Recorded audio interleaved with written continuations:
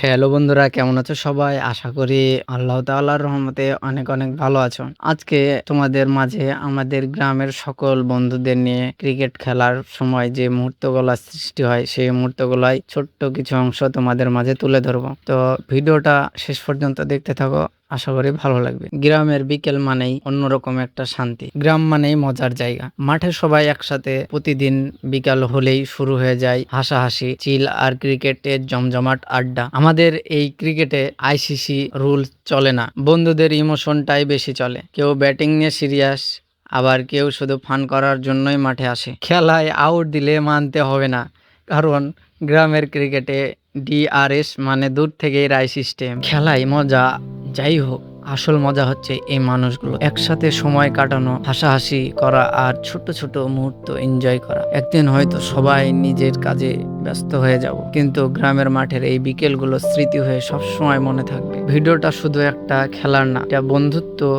আনন্দ আর সুন্দর সময়ের একটা গল্প। আসল শান্তি হয়তো এখানেই। না আছে কোনো ফেক অ্যাটিটিউড, না আছে বাড়তি অভিনয়, শুধু নিজের মানুষগুলো আর একটু ভালো সময়।